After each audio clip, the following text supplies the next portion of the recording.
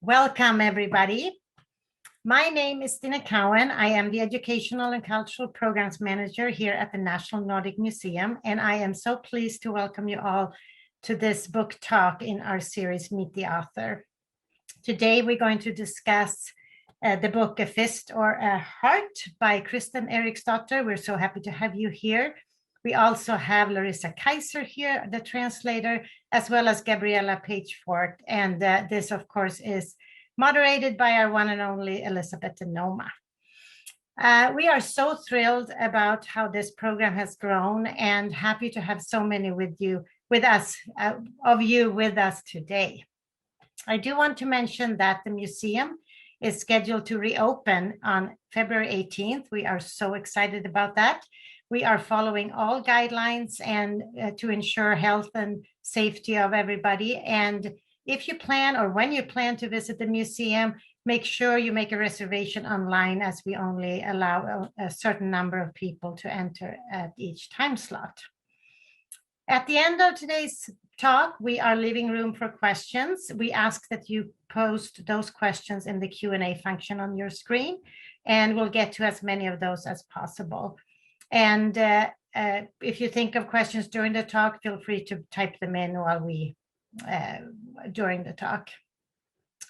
This series is in collaboration with Elizabeth DeNoma, and we are so fortunate to get to work with her.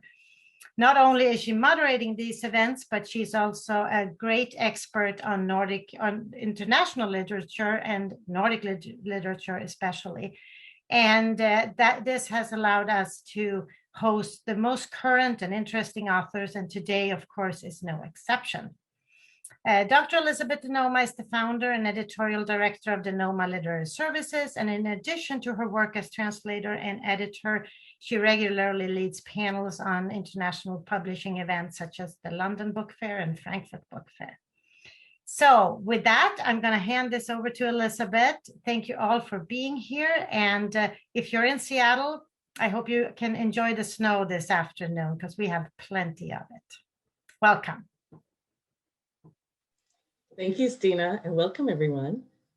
Before we get started today, the National Nordic Museum wants to acknowledge that we are on the traditional land of the Coast Salish peoples, specifically the first people of Seattle, the Duwamish people, past and present, and we honor with gratitude the land itself and the Duwamish tribe.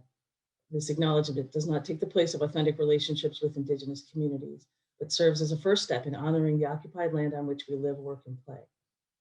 We acknowledge also the impact of colonialism on Indigenous peoples. The Nordic Museum celebrates the continuity of Indigenous communities in the Nordic countries and North America through exhibitions, programs, and collections. And we cultivate meaningful relationships and respectful relationships with each other through these partnerships. Thank you. Today, we are so pleased to have Kristín Eiríksdóttir, Larissa Kyzer, and Gabriella Page-Fort to discuss the writing, translation, and English language publication of Eiríksdóttir's A Fist or a Heart. As our guests and I are discussing, like Stina mentioned, if any of you in the audience have questions, feel free to put them down here in the Q&A, and we will get to them at the end of the session. Our program today will go as follows. I'm going to describe the book a little bit, introduce our guests, talk about the book with them, and we'll reserve the last 15 or 20 minutes, depending on how many questions we have.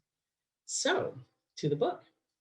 This book, A Fist or a Heart, the past returns with a fury for a woman coming to terms with her life.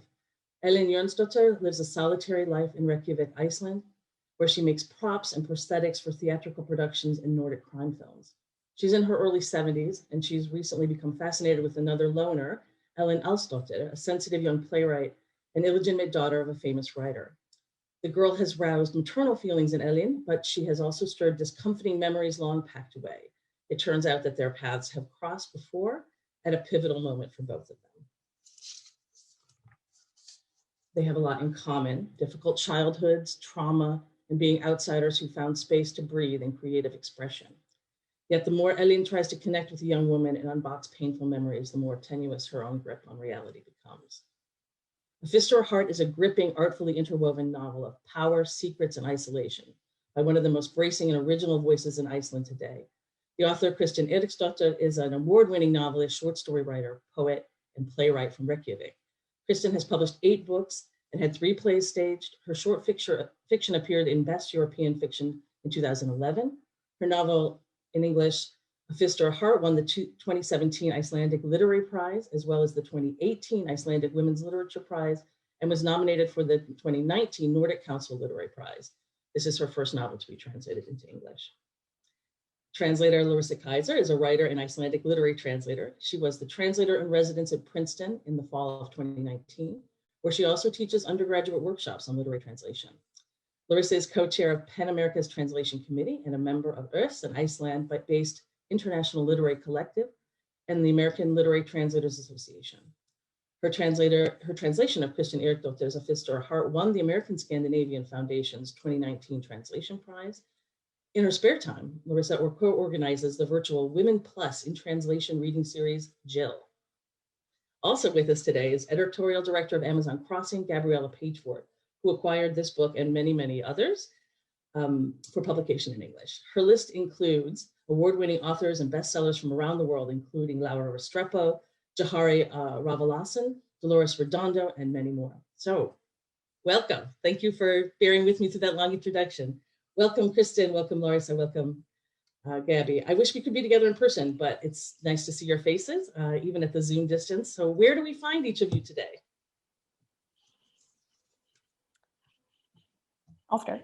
I'm currently in New Orleans. I'm usually in Brooklyn, but I flew, well, I drove actually, but I went south for part of the winter.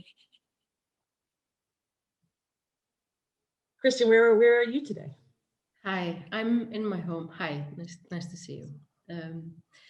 I'm in my home in Reykjavik, and it is 6 p.m. in the evening. The weather is good. It's pretty warm. What about you, Gabby? Where do we have? I'm also in Seattle, enjoying this beautiful snow. Wonderful. Well, okay, let's talk a little bit about the context into which this book came to be. The Icelandic literary context and culture is a lot different than that of the rest of Europe and a lot different than that of the United States. So Kristín and Larissa, can I ask that you provide some of that context and discuss that a little bit for us?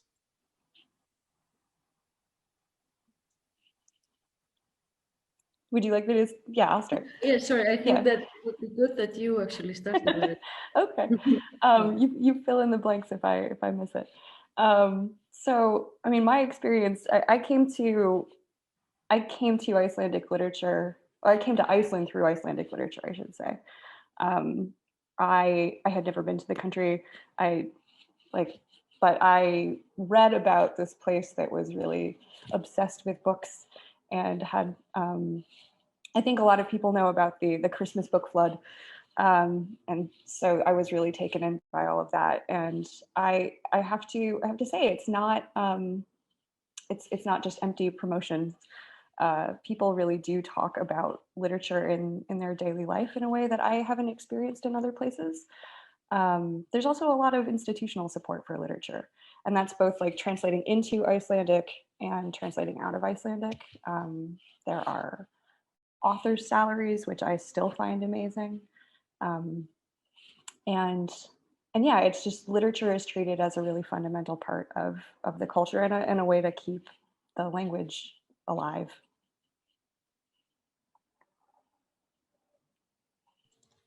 And Kristín, do you want to add anything to that? I think that was a very good introduction. I think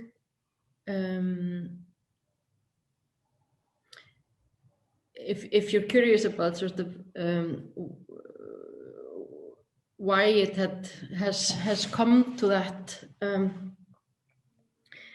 yeah, because it's true what Larissa says, that books are very important here in literature, and I think maybe just as an explanation, I think Iceland is a former colony. It became independent in 1944.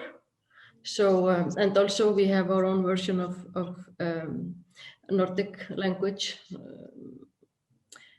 Having been so isolated for so long, it didn't change as much as the other languages nearer to Germany and so forth. So I think with becoming an independent country so recently, there is a certain sense of nationalism that arises and a big fear of losing the identity. And the identity is, of course, so in so many ways, language. So therefore, I think that the Icelandic government has put maybe more money into supporting writers than is usual. So yes, I think that that's sort of what happened here, and I'm reaping the benefit of this, among others. And so are we. Thanks for the context. And Gabby, I think that you actually went to Iceland as the guest to participate in some literary festivals there or experiences there. You want to just share? I got a really fun introduction to Icelandic literature with I think it's called the Icelandic Literature Festival. I think it was in 2011, and I felt like I got off the airplane and was like swept away by like a gang of madcap poets who were supposed to entertain me. And I made a very good friend who I'll be friends with forever, named Agla, who at the time was working at the Icelandic Literature Foundation, giving grants to help make translations move. But she really gave me like a lot of insight very quickly about who was popular and who was artistically, cool. And, but it's one of those literary scenes that I feel like in America, we only look toward history to try to find. And it felt like I walked into a living, breathing embodiment. So that's the context into which this book came. So thank you guys. Thanks all of you for that. I love that image of madcap poets sweeping you off of the airport shuttle. So to this work in particular, A Fist or a Heart, this is such a lovely book and striking for so many reasons, the characterizations, the rawness of some of the scenes, and of course the language. It's a book about art, its limits and its opportunities. And the central characters are each artist in their own way at opposite ends of their creative lives. And just, can I get you, Larissa and Kristín, to talk a little bit about the role that art plays in this book? Sure. I was thinking about this when we were preparing, because it's been a while since I've read the book last. And I think something that really sticks with me about it is how art is like a physical act in this book. It's very tactile. It's, Elín, the props maker, she's literally making all of these props, and it's super minute, and she's describing all of these like very detailed processes. But there's also, I think, a physical element to the writing that the younger Elín does. It changes the way that she physically feels, and I think about that a lot now when I'm doing my own writing or translating, like the actual physicality of art. And how it changes the way that you move and you sit and you interact with the world and your actual thought processes in a way that I at least hadn't thought of before this book.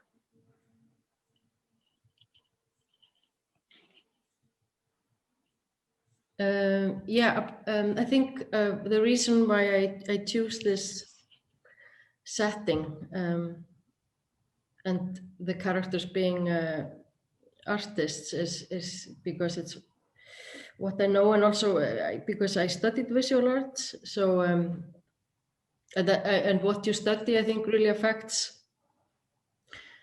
how you write, and I'm very grateful to have that background.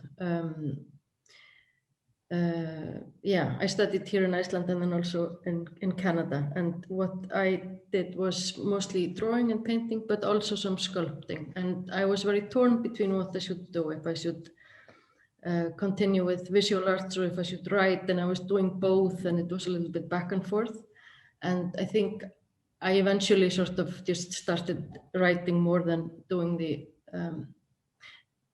hands-on visual arts. And I think in a way I felt like I had cheated, because I think I have so much respect for people who work with visual arts, because it's so, I mean, if you have a lump of clay and you want to sort of put something into that lump of clay. It sounds really impossible, you know, to do that, and it is impossible. It's really hard. It's so hard to make a sculpture with your hands. You know, you only have this sort of, and I think that it was challenging for me in a way that writing isn't, and my sort of reason for, I think, abandoning that and choosing writing was because I felt like I had cheated. I could just sort of describe that sculpture, and it's one sentence.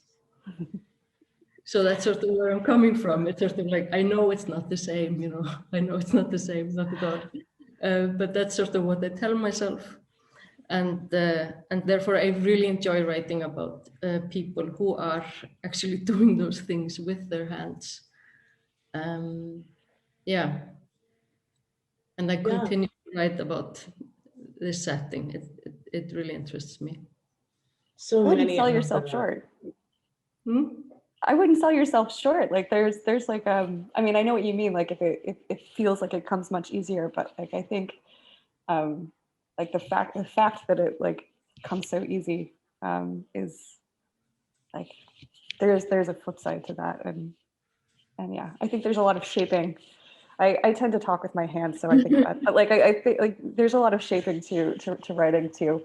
I've just been made aware of the fact that when I type, I apparently like I type and then like I gesture like off into the air, apparently like I'm grabbing like words from somewhere. I didn't realize I did this until recently.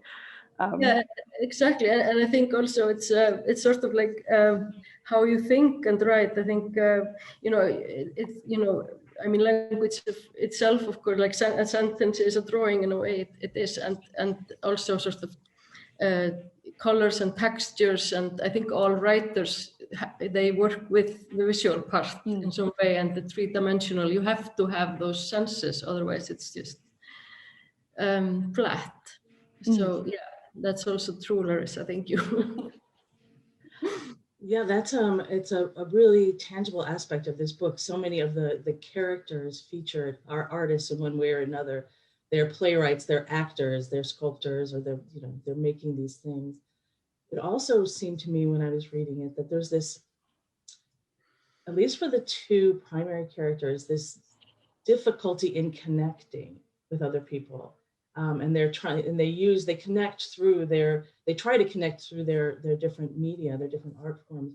But it feels to me like each of them, that's something they have in common, is this difficulty making these sort of permanent connections. Would you care to speak to that for a second? Or maybe I've gotten that all wrong and you can correct me. What do you think, Kristín? Yeah. No, it's that is the theme of the book, absolutely, and yes, and not on a personal level, you know, psychological level. That is sort of what the characters are struggling with, and also sort of, I think, in a broader term, sort of how the world hangs together. And I think connections are very interesting because it's sort of like I think people, it's very different between people. Some people find connections between everything also in life and what happens to them. They tend to sort of see, you know, things almost like signs. You know, this is for me, like, and I saw this yesterday, and they're always connecting things together, and it's actually a sign of being sort of happy. If you have a lot of serotonin going on, you will see that the world makes sense. And this, of course, also goes to religion. You know, everything is symbolic and it hangs together. And then sort of the opposite to that is not seeing any meaning, where you don't see any connections. And I think the book is sort of about that state of mind, but in the same time, I'm seeing all of those. I'm it's all about connections, about sort of different symbols that are being put there, and trying to figure out how they hang together and what they mean. Yeah, so absolutely, it's about that. I think that their art also kind of allows them to create in these different these different characters who are artists in the book, it kind of allows them to create like almost like a safe bubble around themselves. Like you have, Ellen, the props maker, the elder Ellen, she's making these like very grotesque props, but she's doing it in a way where she's just thinking about like the rhino horn, or she's just thinking about like the fingertip of the severed hand, and like she makes a body at one point and it's literally in pieces. So like she's able to kind of compartmentalize these things that are troubling or difficult or like kind of coming at her from the outside world, and like breaking it down into these little pieces is how she can like create this barrier around herself that allows her to deal with it more directly. And I think that the Lilia character does the same thing when she's trying to, she decorates a grave, and like she's able to like puts like yarn around it in a way that kind of boxes it in so that she can just look at that and kind of deal with that. And I think it's a way of connecting, but also a way of creating like a safety around themselves. And that yarn she's unraveled from her deceased lover's sweater, right? In a way of, to just sort of connect with him anew in this new space. Yeah. It's really beautiful. I love that scene. I think since we're speaking about connection, maybe this is a great time to do the reading from the passage of the book where we see what the connection, the initial connection between these two women, who one of whom isn't a woman at the time, is. Mm-hmm. And we're going to read part of it in English and part of it in Icelandic. I think we'll read the same passage in both languages. It's relatively short. Larissa, would you set it up for us a little bit? Sure. You mean give some context to what's happening? Yeah, if you don't mind. So this is the scene where Ellen the Elder, for lack of a better way of defining her, the props making Ellen, she's recalling finding Alvur Finnsson right after his death, and Alvur is the father of the younger Ellen, who was just a child when he died. So I'm reading off of my screen, so sorry about that. I wish I had the book with me. If you were to look at a map of the location where I came upon him that morning, you'd see that it was precisely the same distance to his wife's home and to his girlfriend's, and that he died, therefore, smack dab in the middle. My own theory is that he did this unconsciously on purpose, just like people do in fiction. Just a few days before, I ran into him not far from that spot. We'd stopped for a moment and chatted and smoked, and based on what I'd read and seen of Alvur, it was exactly the kind of thing he would do, dramatize and stage his own life. There was often a character in his novels who was entirely in the thrall of his emotions, and the reader followed along with his way of thinking until they could put themselves in the character's shoes and understand the most peculiar behavior. Gulping down a whole pint of Landi smack dab in between the women he loved had, more to the point, an aesthetic quality that reminded me of one of his stories. Matte white plastic with a red cap, a river of vomit, an empty bottle, and a corpse, just like the melodramatic climax in a story by Alvur Finnsson. I touched his face, felt that rigor mortis had already started to set in. His coat was open, and I went to button it, completely illogically. But then I came upon the pack of cigarettes in his inside pocket and took out one of the two, the unbroken one, and lit it.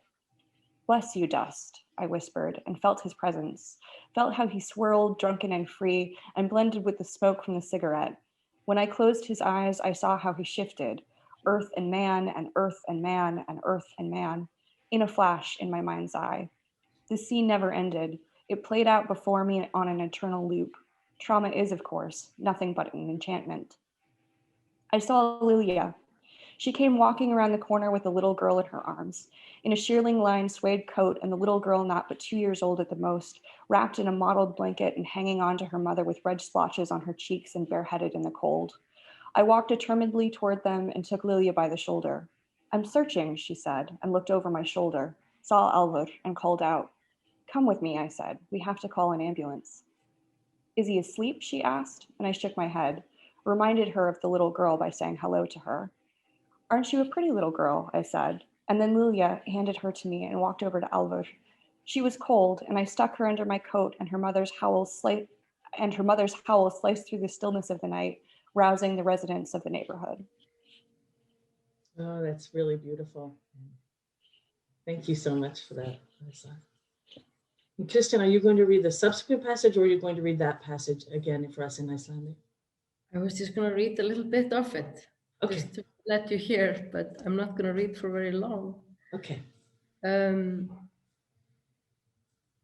Skoði maður kort af staðnum þar sem ég gekk fram á hann þennan morgun, sér maður að vegalengdin heim til eiginkonunnar og til unnustunar nákvæmlega svo sama og að hann dó því mitt á milli þeirra.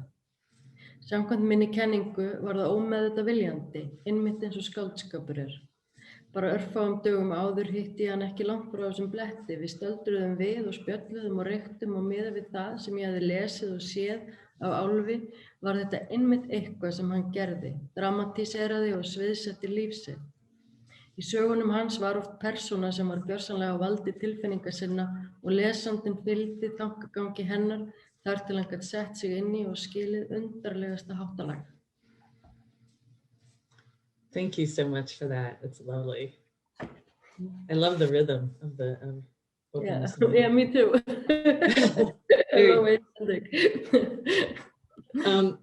So Larissa, this book is accessible to us because of your talents, and I'd like to ask you and Kristín both, what was your experience of translating the book? Because I think you collaborated a fair bit during the translation, if I'm remembering that correctly.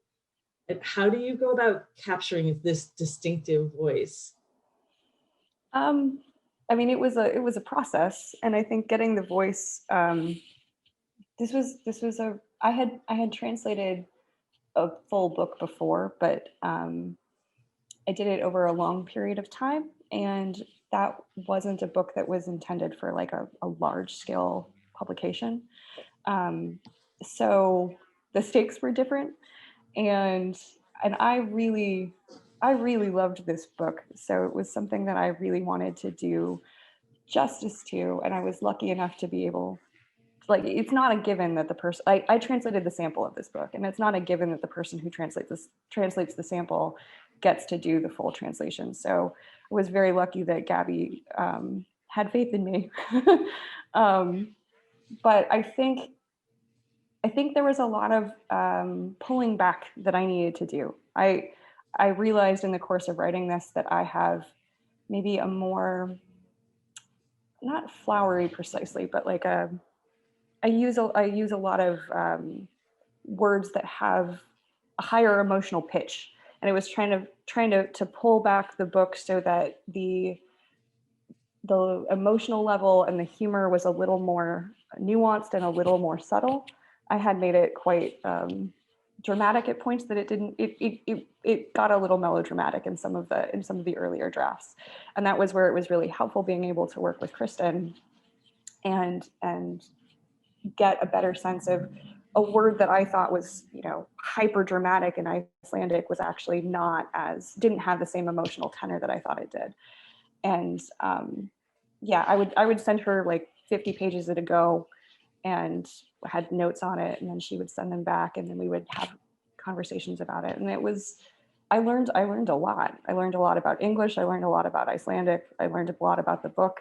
I learned a lot about translating. It was a really great experience for me. It's such a gift to work with, first of all, with a living author with whom you can discuss things, but then also someone who's engaged. Not every single author is that generous with their time and their attention. So Kristín, what was your experience of that collaboration with Larissa? I learned a lot from it. I am interested in translating. I do translate myself from English to Icelandic. Also, I have from Danish, and I think that it's on because Icelandic is such a.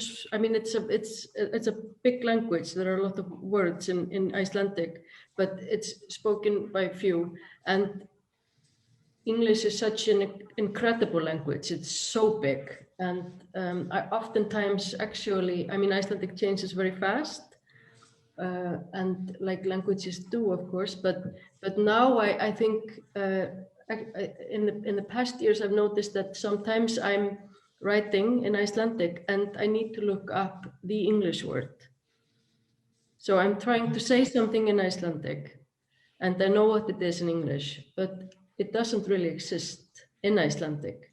So you have to be sort of innovative as well, working with this language, because and also, I'm not gonna, So for me to be able to watch Larissa, so lucky that Larissa took this book, that she translated it. I'm very grateful for that, and I learned a lot from watching how she did it, and also about the sort of nuances between the languages.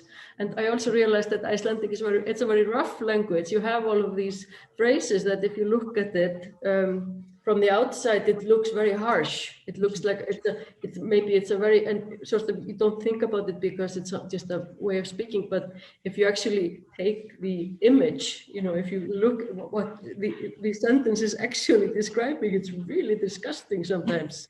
But you don't think of it because it's just, So it was really interesting to. So that actually begs the question: do you remember a particular instance when you guys were communicating about a particular passage or chapter when you realized it was rougher than possibly you'd intended? Or I remember two sort of small instances that I don't know are quite.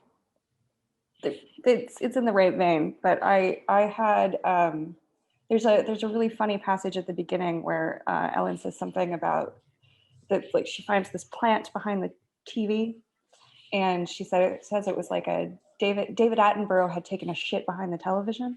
And I don't know what I had in the first version, but like I still struggle to get like crassness across at the right level, because English, like there's not like a lot of middle ground. Like there's like you're talking to your grandma and you're a sailor. Like there's nothing.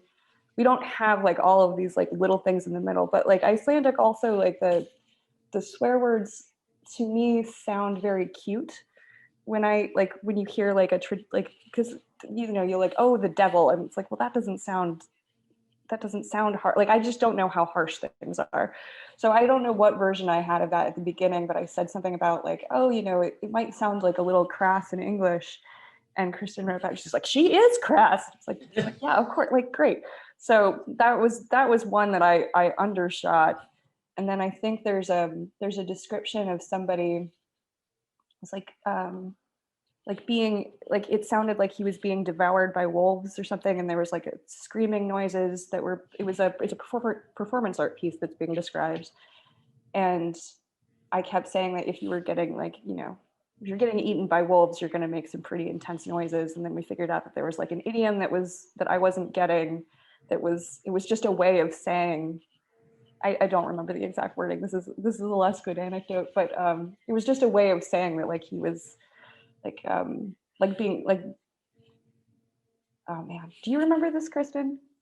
I forget what the idiom is that I'm grasping at. I think it was just this, like as if but there was something, being eaten by wolves, and then I think, sorry, I can't remember precisely, but it's what you described. And in the Icelandic version, it was more like this sort of, you just sort of, and maybe I'm also, I thought about this sometimes, that maybe I mean, the English is not my first language, so I'm maybe also reading it, the English. But it's so interesting. There's a lot of like minor degrees, and I think like and Kristín has such like a great instinct for Icelandic, and like the way that she talks about like very particular words is super helpful to me, because then I can kind of relate that to English, because I feel like I have a very like deep feeling for English, and like the levels of English, and like the things you can do with English and different kinds of Englishes. And I've been speaking this language for not that long at all. So I don't have the same instinct for Icelandic at all. And I don't have the same facility with different languages that Kristín does. So I think like when our powers combine, like it gets quite, it's great, but you need that sort of balancing out. Well, it really works. So congratulations to both of you. It's a lovely, lovely book in English. And Gabby, I have a quick question for you. Somebody's written in the chat. Does the author get to pick their translator? So how do you go about selecting the right translator, and how did you know it was Larissa for this book? That's a great question. I think if the author knew at the beginning of things that the author could probably make all of the other pieces conform to their belief that they know the right person. A lot of times once you have a translator as a writer, you want to stick with them, and your agent knows that and your publisher knows that, and that becomes known. But in the case of this book, I discovered the book because the Icelandic cover was on Tic Tacs and big posters at the London Book Fair. And my contacts at the publisher were like, you're going to love this book. This is a book for you. This is a feminist, incredible, the amount of violence that is below the surface is just like you, or something like that. And I was like, okay, well, that pitch is too personal for me to turn down. I'm going to go back to my hotel tonight and read the sample translation that was available, and it happened to be by Larissa. And usually when you read a sample translation as an editor, you're thinking this was done by a student. This, you have to read it with a grain of salt, because a lot of times it's done quickly with the book fairs looming, and it's just a random passage and it doesn't really give you very much. And in this instance, it gave me this really unsettling feeling. So I thought that's probably good chemistry between the author and the translator. And so it felt like a pretty obvious decision to stick with Larissa. And then it turns out that we also have all sorts of other interests in common, and it's really exciting that that's actually how I met Larissa, and we're going to then go on to work together probably for the rest of our lives in some capacity. So those connections. But the new translators, there are not that many translators from Icelandic into English, and there's a game that happens when you're an editor and there's a book you're interested in, where you try to figure out who can help you read it and who you would trust for an opinion. And so it's really about knowing enough people to guess. And in Icelandic, it's not very easy to find a lot of translators at once, but you do somewhat get a sense when you're only working with a handful of people from a language, you get a sense of their literature and their voice and how they, do and don't interact chemically with the author. So it's always a little bit different. But I think in this instance, I felt like I had been handed some sort of gold baton. Do you remember what passage you read that night at the hotel? It was just the very, very beginning of the book. And I feel like it was only a few pages. Do you remember how long it was, Larissa? I think it was a pretty short one by my own standards of what I'm hoping to read. I want to say it was like 10 pages. It was quite short because I did do it quite fast. So that was like right before the festival, and it wasn't. And I actually, that was my first exposure to the book. I read the first 10 pages and then I went and got the book and read the rest of it. But I had only read those 10 pages as well. So they're an arresting 10 pages. But the book had made such an impression on all the people on the Iceland stand who had read it that when Sif was having this wonderful impassioned speech about it, I felt like I could get a lot of feelers.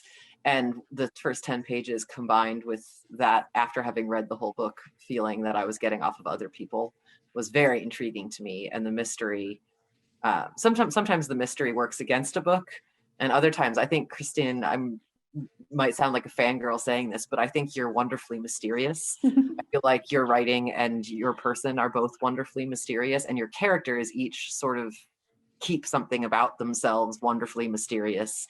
And I feel like even in the first 10 pages, you get a lot of that sense of delight at what people are keeping for themselves or what people hold dear to themselves, which is a pretty special, unusual thing to find in a book. Thank you. Kristín, some authors say that when they read their work in another language and they encounter it in this totally different way, it's almost as if they re-engage with it. It's strange to them in some way. Was that your experience of reading the translation once it was completed? I think a translation is a different work. It becomes, because Larissa is now also has a voice in the book.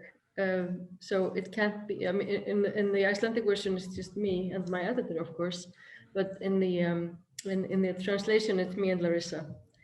And I think this is something that if you know a writer personally and you also know the translator personally, and then you read the translation, you will hear both sort of tones. You know, it's really interesting. So if you're reading the work of some classical, my mother translated Dostoevsky into Icelandic, all of his sort of larger work, and I realize that when I'm reading Dostoevsky, I hear my mother. The rest of it must be Dostoevsky, but I always hear her voice. So I can hear Larissa in my book now, and that's also why I'm saying that I'm so happy that she did this, because I welcome her voice. I really like her voice in there, and I think books can change, and they can change. They can get better when they allow the translator in. I mean, and then they can also, of course, get a lot worse. So you know, it's yeah, absolutely. It's like reading. Yeah, different version. Thank you. Larissa, sometimes when almost every time I'm translating something, there's some cultural aspect that's like baked in or understood that I find it's just like an assumption for the first readership of the original language, but there's something in it that needs to be unpacked a little bit for the target language. Did you find anything like that in this work, or do you generally in translating from Icelandic?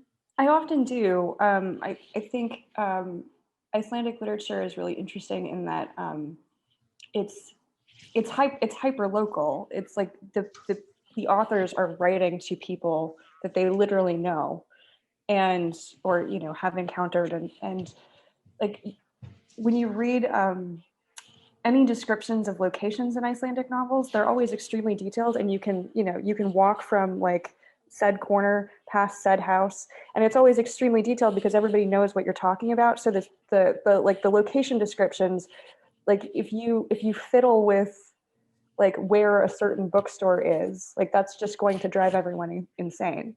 And so I think that like references to the financial crash, like those come up a lot, and they tend to be like sort of offhand comments that it's not like literally that's because of the financial crash, but like it's just like the way that they're talking about something. Like references to like everybody having foot baths at one point, like I guess was like a big trend, and like you know buffets with kangaroo because like you know there was this big decadent moment, and often I will try and put like these little intertextual notes in that kind of explain like you know what this bus station is or what this meal is, or like just a slight reference to you know the fact that this is pointing at a specific historical moment.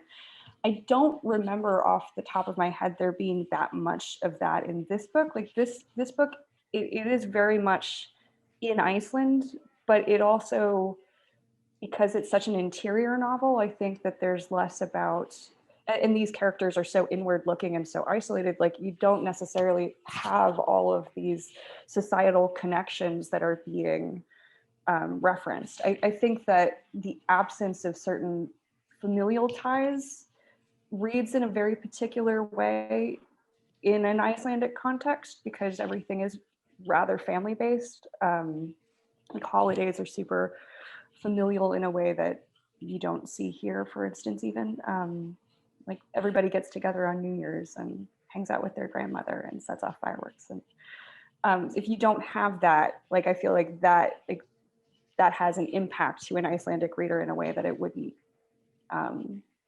necessarily feel as dramatic here, because people are maybe more used to having family that's all over the place or not having big family ties. But you just sort of have to trust that that's going to come through in the rest of the book and the sort of meat of the characters.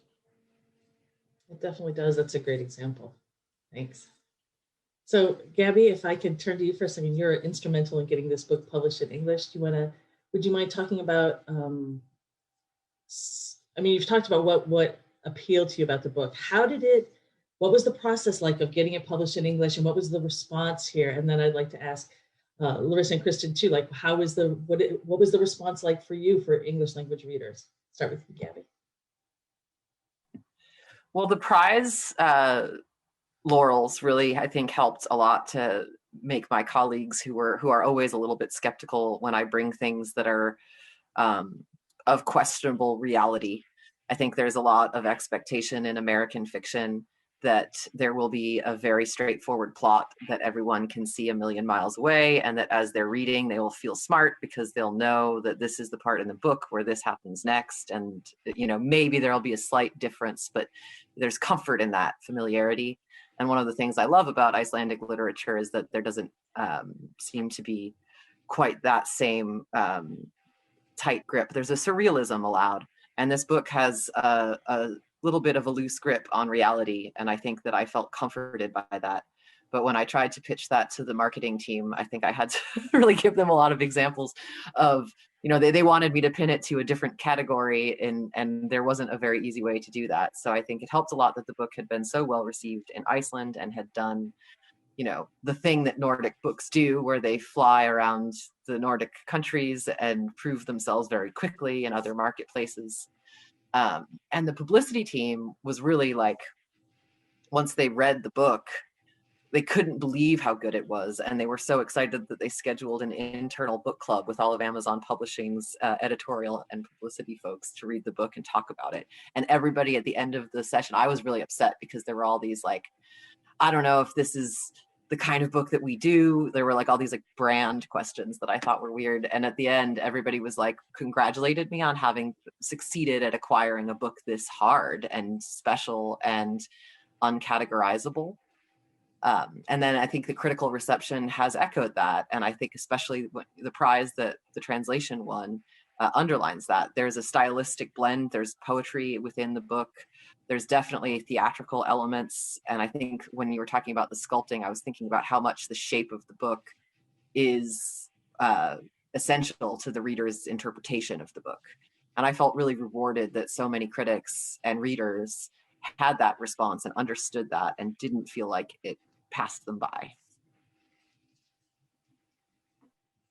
And what was your experience of that, Larissa and Kristín? How did you experience the reader reception here and the critical reception here in the United States? Is there anything about it that surprised you, or just in English in general? It doesn't have to be the United States solely.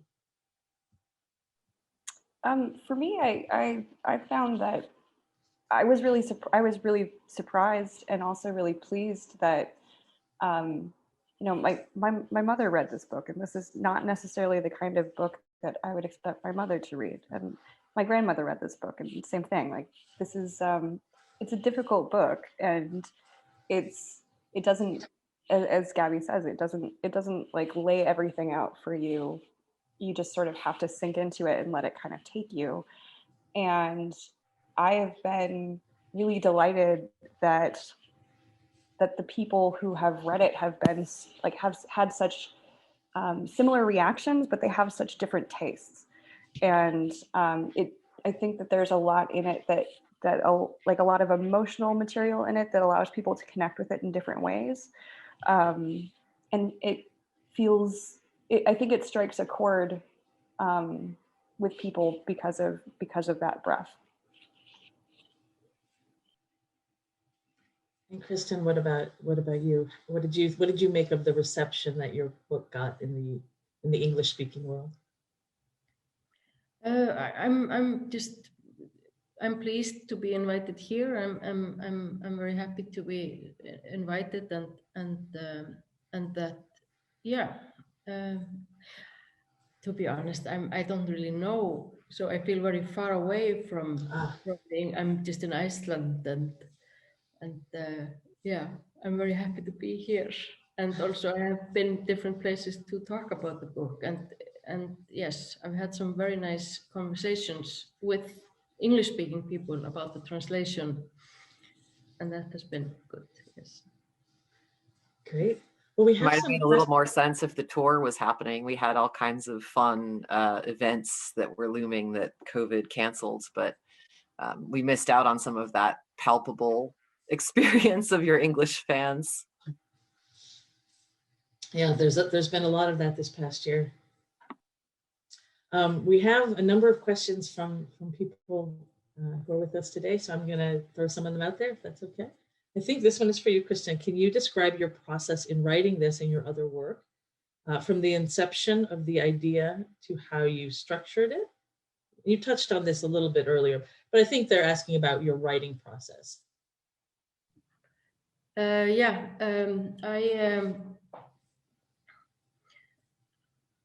With this book, I wrote it around giving birth to my son. So I would write an hour, 2 hours per day. And this has been, that was so helpful because that was the most amount of time that was possible for me to be away from a newborn baby. But I've actually held on to this, because if you only write, if you feel like you only have this very short amount of time, you actually write a lot in that sort of hour.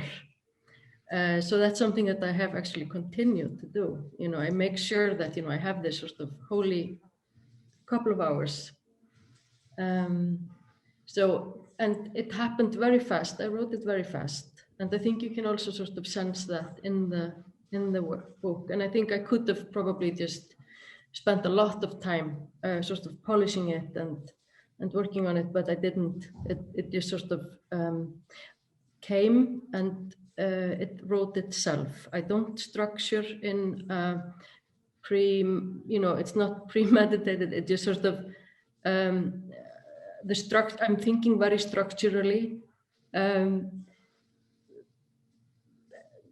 On a subconscious level. So it sort of all falls into place, but I'm not sure exactly how that. I think this is really interesting. Also, what you were talking about, this sort of this frame that we've gotten used to reading. You sort of know where the writer is going, and there's this moment where that's smart. You know, that's sort of, you know. And I a lot of books I love that are written like that, but I'm also just very interested in sort of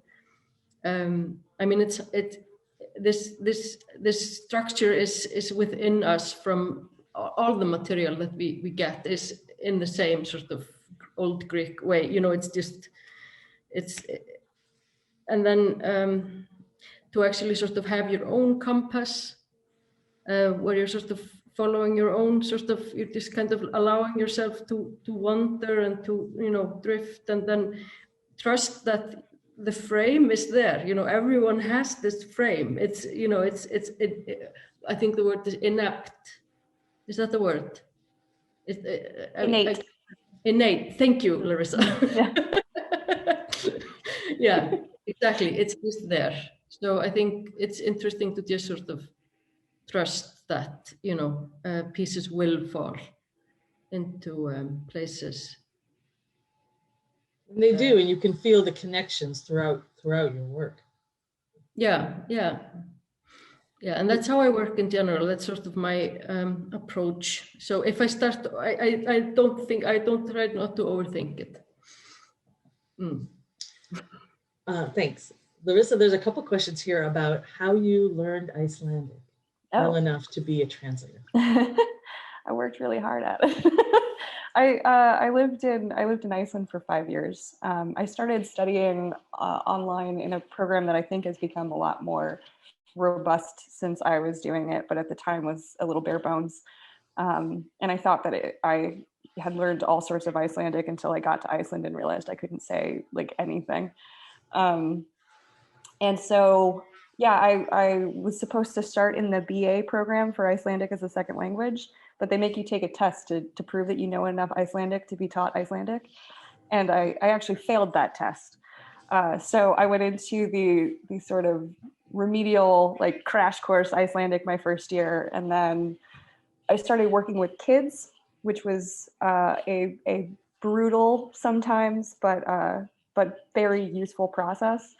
I learned really quickly to stop being embarrassed about saying things in a stupid way. Like you have to get kids to line up or stop licking something or like eat their lunch, and like you just have to say it. You can't think too hard about it. So yeah, I was functionally conversational after 5 years. I would say that now, being away, I've been out of Iceland for about 3 years.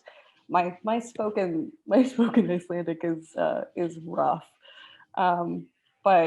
but luckily I read it every day and I write it every day and I'm translating it every day. So I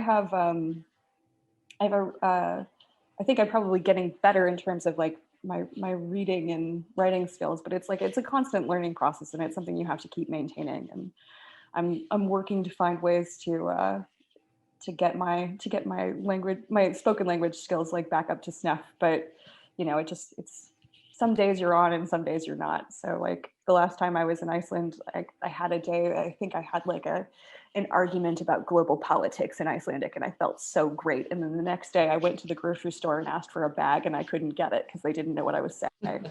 So it was, you know. Yes, that's great. We have a couple more questions. I'm going to try to get to all of them, but if I don't, then please forgive me, participants. There's a question about, Kristín, which books have you translated into Danish? Well, you're translating from Danish into Icelandic, right? Not into Danish. I translated, it's been a while. I translated a novel called Hundehov, Dog Head of a Dog. Oh, yes. Yeah, by Morten Ramsland. It's in English. A long time ago. Yeah, in 2007. Otherwise than that, I have been translating for theater. So it's plays and only from English, I think. Yeah. And then there's a question that about a very specific thing in the book, which is Elín the sculptor had a scar on her face that she never got fixed. How did she get the scar? Which is, I think, the same question she asks to the director of the film. Yeah, I think that was. I mean, it's almost. In hindsight, it's almost like a little bit dorky. It's sort of like this. You know, if you show a knife in the theater, then you know somebody's going to get killed with a knife. So I'm just sort of. I think it's like a really bad dorky joke, actually, when you think of it. And it sort of goes with, you know, what the story is about, you know, that she sort of doesn't have the answers. Yeah. Thank you so much. And we're coming to the end of the time. So I'm just going to ask you each really, I'm going to thank everybody for their questions, the ones I got to and the ones I didn't get to. And just ask each of you, Gabby, Larissa, Kristín, what are you working on right now? Should I start? Sure. I just finished an adaptation of Orlando by Virginia Woolf for theater, for the City Theater here in Reykjavik.